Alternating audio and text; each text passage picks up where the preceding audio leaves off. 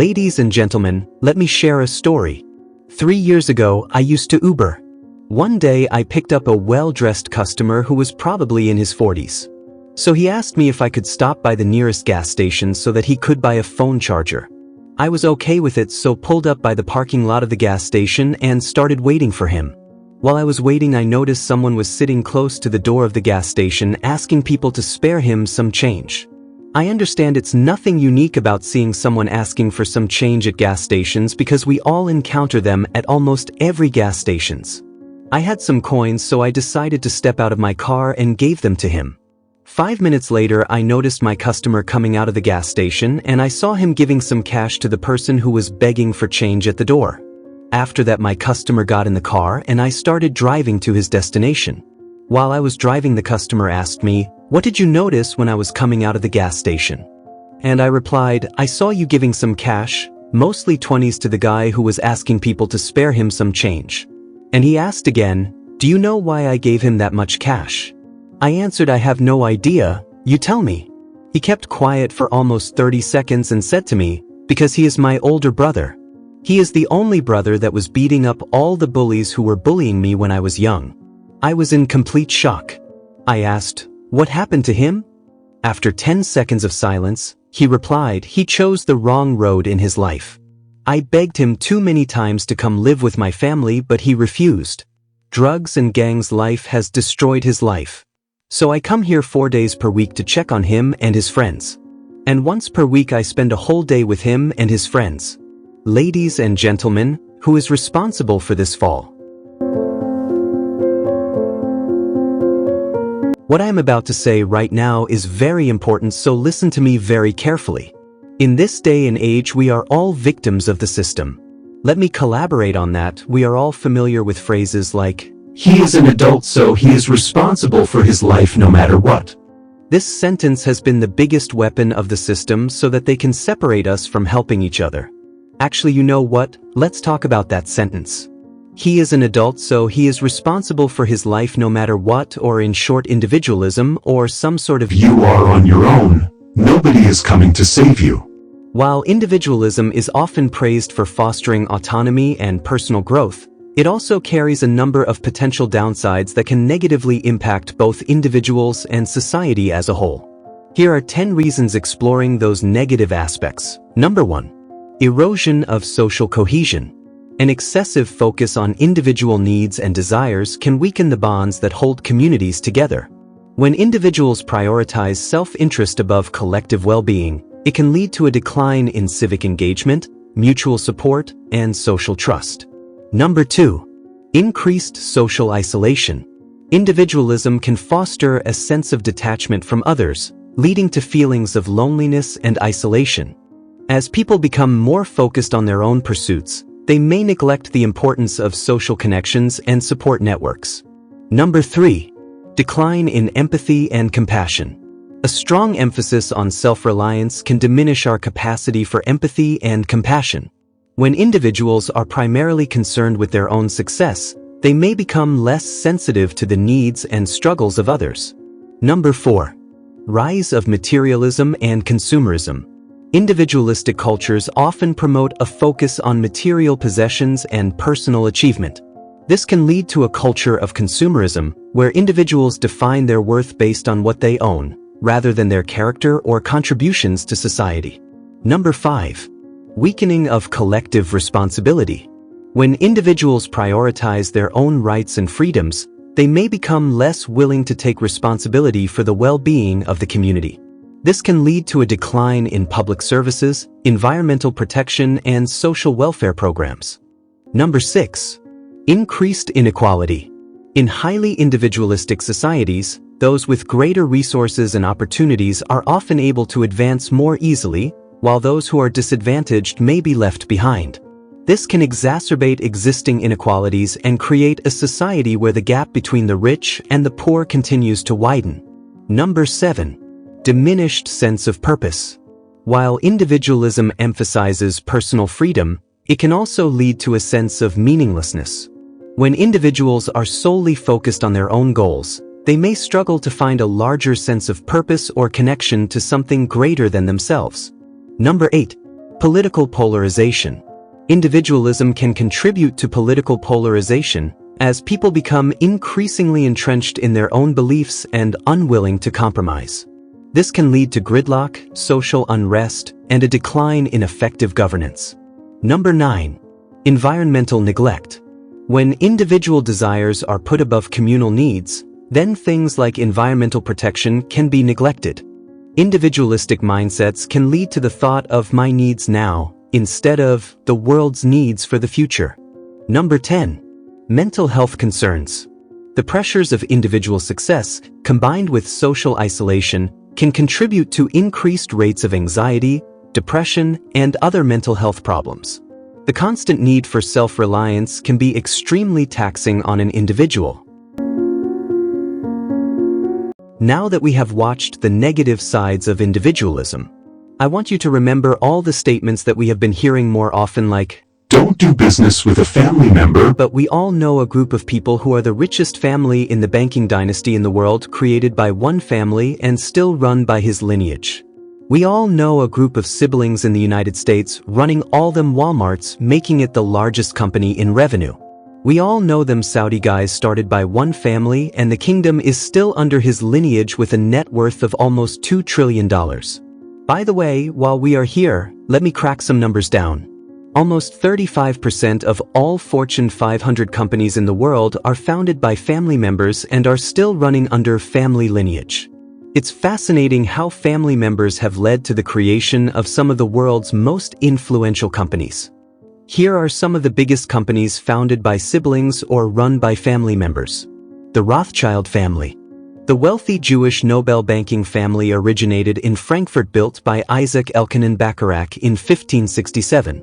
Walmart was founded by Sam Walton and Bud Walton. This retail giant has become a global force. Koch Industries.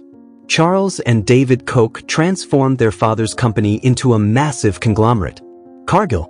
While it has evolved through generations, the Cargill and Macmillan siblings' early collaboration laid the foundation for this agricultural powerhouse. Adidas and Puma. Even though they later became rivals, Adolf and Rudolf Dassler initially founded a shoe company together, which split into these two major brands. Warner Brothers was created by Harry, Albert, Sam, and Jack Warner and become one of Hollywood's most iconic film studios. Reyes Holdings was built by the Reyes brothers, a leading food and beverage distribution company. Aldi was also created by Albrecht brothers, Carl and Theo, the Aldi supermarket chain. Ford Motor Company. While Henry Ford is the most known, his brother William Ford was also an early investor in the company. The Dodge car brands.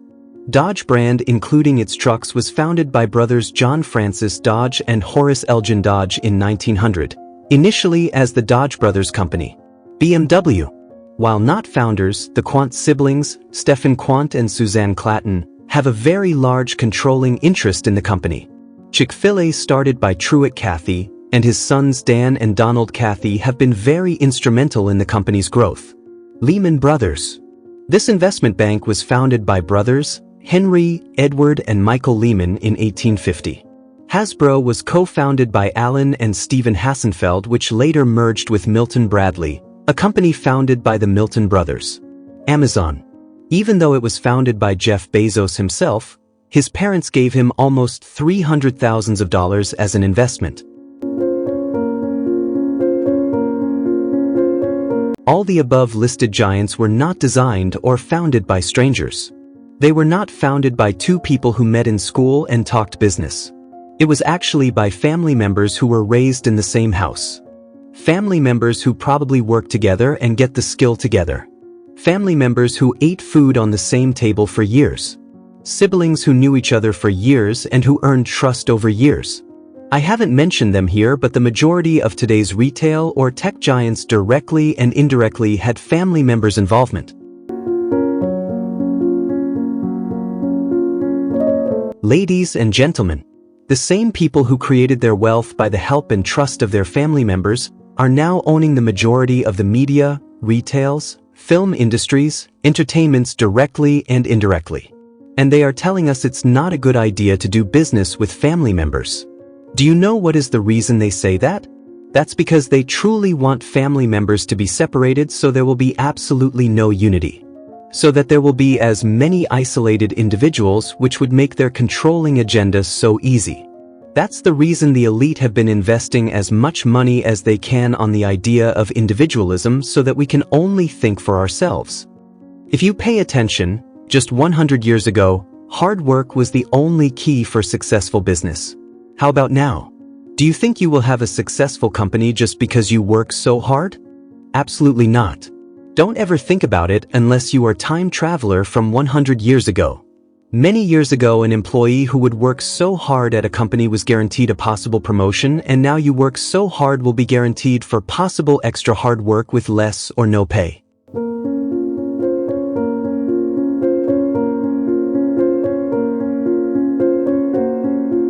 The system has rigged the game. The game is exactly like as if they get us on a plane to perform an experiment to find out how we react during emergency, and they told us there will be enough parachutes on the plane in case of emergency, but they only put 1 or 2. And then they created the emergency from the controller on the ground while the plane is flying. And only 2 lucky people get the parachute to save their life while the rest are doomed to die no matter what hard work they put while the plane is stalling. Okay guys, let me say this right here before I forgot. I am sure the majority of you who are watching this video are saying, many family members are not supportive when it comes to business or future prosperity. I know there are horrible family members out there which is much safer to stay miles away from, let alone to do business. But this also goes both ways. There are strangers who are much worse than your family members too. At least in the family, you always have one sibling who would put his life in danger just to save you, something no stranger would do for you.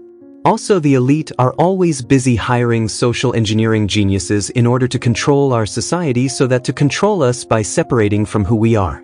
They wouldn't control us unless they make sure we feel isolated. They made their fortune by working together with their family members, and now they are demonizing the only family members we got during our lifetime.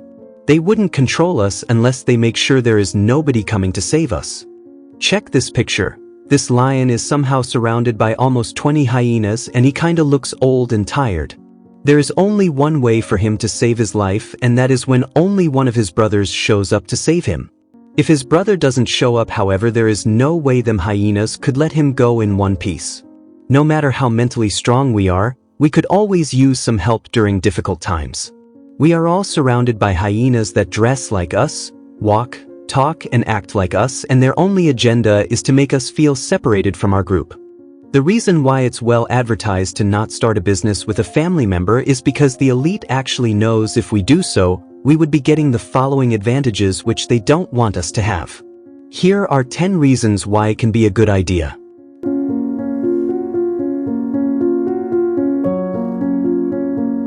It's important to note that while there are many benefits, it's also crucial to establish clear boundaries and communication strategies to avoid potential conflicts. Number 1. Strong trust and loyalty. Let's say you and your brother know each other very well. You vet him and gain his trust and his loyalty, you will definitely find a well-dedicated person ready to follow your lead. Trust and loyalty are the bedrock of a successful family business. Family members often share a deep level of trust, which is crucial for navigating the challenges of a business. Loyalty can lead to a greater commitment to the business's success. Number 2. Shared values and culture. Family businesses benefit from having clearly defined values, mission, or vision statements. Creating and adhering to a family vision statement lays the groundwork for nurturing a family business from its core principles outward, by establishing the family's desired philosophy for the business and creating a sense of purpose and alignment among family members.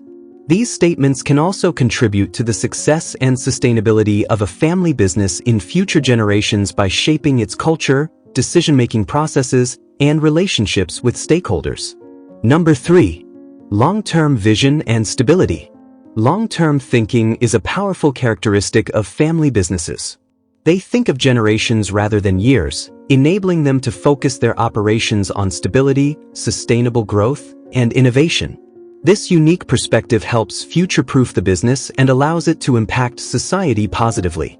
Family businesses are particularly well-suited to this approach because they often aim for continuity rather than short-term wins. driven by a desire to preserve their business and pass on their mission to future generations. Number 4. Efficient decision-making. By focusing on effective decision-making, engaging the next generation, and maintaining positive relationships during transitions of leadership, family-owned businesses can ensure long-term success and a strong future for the company. Familiarity and close communication can streamline decision-making processes. Number 5. Increased commitment. Family commitment represents the business family's willingness to influence goals or strategies as well as the shared values, pride, loyalty, support, and care, which is a necessary precondition of family firm behavior. Not only does the commitment of family members serve to facilitate resource acquisition and sustain existing resource stocks, but strong commitment can also increase the responsibility and contribution of all employees. Number 6. Flexibility. Family businesses may offer greater flexibility in work schedules and other arrangements. The reason there is a greater offer of flexibility is, for example, when the father is the owner of a store, he always has his children ready to pick some shifts when needed. Number 7. Cost-effective operations. Every time at the startup of any new business, there is a greater level of sacrifices made by the founders. For example, hiring staff and getting management on site, which they all require to get paid. If you have family members, however, they may be more willing to make sacrifices or work for lower wages in the early stages of a business. Number 8. Resilience during economic downturns. Family businesses often demonstrate greater resilience during economic downturns due to their strong bonds and commitment. If things are going south, for example, it's so rare to see a family member quit working at a shop that is run by his sibling or father. But it's common to see them all working hard to withstand or to recover quickly from difficulties. Number 9. Building a legacy. When you are working for the family business, you are not just working for money, you are also working for the name of the family. Even though there are tough situations that would make you consider quitting, but also there are greater motivations that would make you keep going, and that is the legacy. Starting a family business can be a way to create a lasting legacy for future generations. Number 10. Strong relationships. Family businesses can foster strong relationships with employees, customers, and suppliers, creating a sense of community. Ladies and gentlemen, those advantages are the ones that helped them create generational wealth. They were building a legacy by the help of their family members, and now they are recommending not to do so, because they just want us to remain slaves of their companies. They just want us to be good workers and pay us just enough to get us by. They rigged the line to create wealth from hard work to a different path called luck. That means only the luckiest ones will be wealthy. All of today's billionaires like Bill Gates, Jeff Bezos, and more get a substantial amount of help from their family members. For example, Bill Gates's father was an attorney and civic leader. You can imagine what kind of connection someone would get from an attorney father. How about Warren Buffett? His father was a judge. What kind of information or connections someone would get from a father who is a judge? Of course, he must have kept him connected with some important people of that time. They all got help, but when it comes to the middle-class family, we use sentences like, "He is an adult, let him be responsible for his mistakes." Bill Gates' father didn't say, "He is an adult, I have to let him figure it out by himself." They succeeded in turning us against each other. They succeeded in making our family members look bad. They succeeded in making us believe individualism is the only way to go while they are the ones surrounded by their family members. They succeeded in making us believe working for companies, getting married and then having kids and then work more hours to pay for the mortgage they already benefited for 30 years is the purpose of life. But how? How did they do it? How did they successfully execute their plan in turning us against one another? Here are some points we all need to focus on in our daily lives. There are statements that say, "There is no one coming to save you." Most of us have heard that statement, and that's for sure. But what does it mean when it says there is nobody coming to save you? Does that mean you should never hope for someone to come give you some hand? Does that not mean you don't have to go save others because they are not important? How is that so different from the popular narcissistic traits, which are a grandiose sense of self-importance and lack of empathy? Is that really how our society has operated for thousands of years? I honestly don't think so. And that's the part where the game is completely rigged. The elite has made us think only individually, not collectively, and convinced us to be solitary predators and die alone. They design a system where they can live in prides just like lions while the majority are living a solitary life. They have successfully programmed us to believe family members are just for childhood and inheritance purposes only. They have successfully programmed us to believe in the government to help us but not our family members. If this is not backwardness, I don't know what is. The reason I created this video is because homelessness, isolation, and loneliness is increasing in every city. And trust me, we will never recover from whatever bad the situation is going on like that. I once overheard one innocent person who knows nothing about how the system works saying, "The government should do something about the homelessness crisis." Well, guess what? The government is not our friend. The government is a friend of the upper class people. Look at those videos, look at those people. They all have siblings who obviously cut contact with them. They all raised in a household with siblings and now they are nowhere to be found. And the system truly loves that. They love to see as many homeless, isolated people as they can. That way it's easy for them to pick us up only when they need us and put us down when they don't need us. Before I finish up with this video, let me say something about them Jewish. If business with family members or cousins is not a good idea, then Jewish would have never been the richest and the most influential people on the planet. Between 1901 and 2023, at least 216 Jewish individuals or those with at least one Jewish parent have won the Nobel Prize, representing 22% of all individual recipients, despite them Jews constituting only 0.2% of the world's population.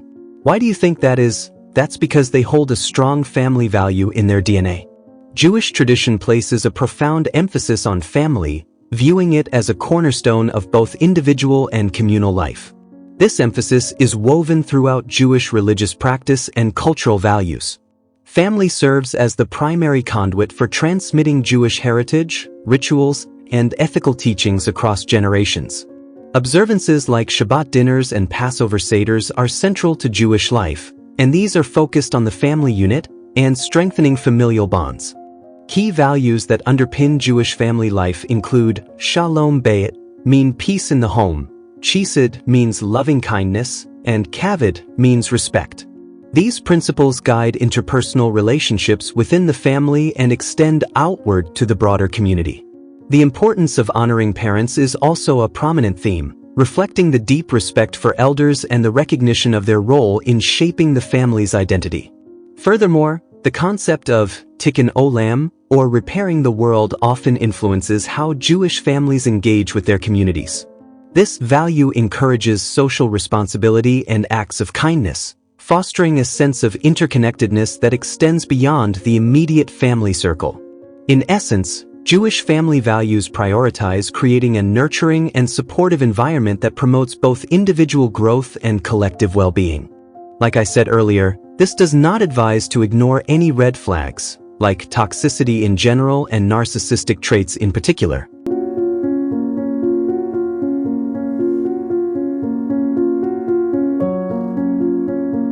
Of course, there are narcissistic siblings and parents which are very unpleasant people to be around. And I already have created a video that briefly explains what not to do when you ever encounter one. I am going to put the link on the description of this video so that you can go ahead and check it out.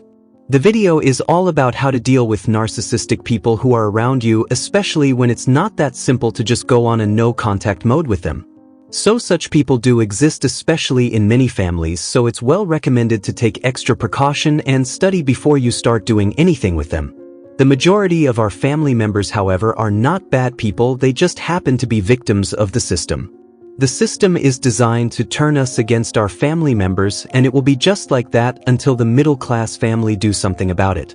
There is no unity, no strength, no legacy to build as long as we play by their game. We are humans, we are not meant to go alone when we are adults and be solitary hunters like some canines, for example tigers. Our great-grandfathers, when they were hunters and gatherers, they didn't practice individualism as soon as they became adults. They didn't just leave their family and go their own way just because they were adults. We would have never been an intelligent and civilized species if not for our sociable trait. Let me remind you one thing, we all have one enemy, and that enemy is not your brother nor your sister, it's actually the system that elites designed for us. If we stick together and leave no gap for the elite to enter between our family values, we are not going to need to die to experience what the afterlife heaven looks like, because we will be experiencing heaven here on earth. Ladies and gentlemen, that's it for the day. I hope you find this video helpful and enlightening. Let me ask you this, by the way, guess how many days took me to prepare the ideas, editing the videos? It actually took me 2 weeks from start to finish. I am a self-learner, so I understand I have a lot to learn about editing. So I am open to any feedback, just put it in the comments section. If you find this content enlightening, please consider subscribing to my channel and don't forget to like the video so YouTube can recommend it for as many viewers as possible. And for now, have a good day guys, I am out.